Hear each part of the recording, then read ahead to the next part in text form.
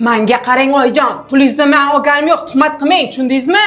Kelin, siz olmasangiz kim oladi? Voy, shunda meni o'g'riga chiqaryapsizmi? Nima bo'pti yana? Bolam, pensiyamni pulni yig'ayotgandim. Kelin tozalagandilar. Ko'rmadingizmi, menga baqiryaptilar. Tushunmadim. Hozir keliningizni o'g'liga chiqaryapsizmi? Bekzod aka, hammasidan charchadim. Yo onangiz ketsinlar, yo men ketaman bu uydan. Bu nima degan gap endi? Bolam, pulimni olayotganini o'z ko'zim bilan ko'rdim.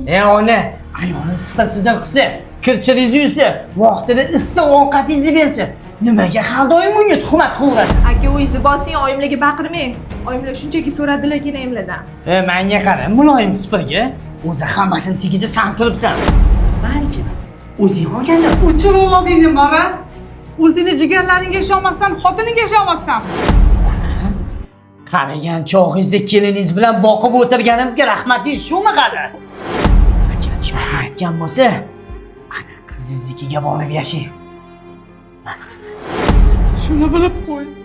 Bergan ostimga rozi emasman.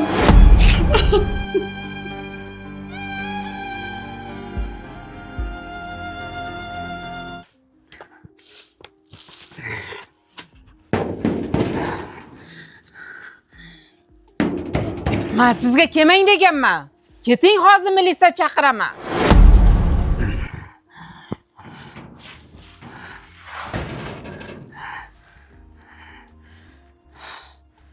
Balki onam bo'lganlarda eshikni ochgan bo'lardilar.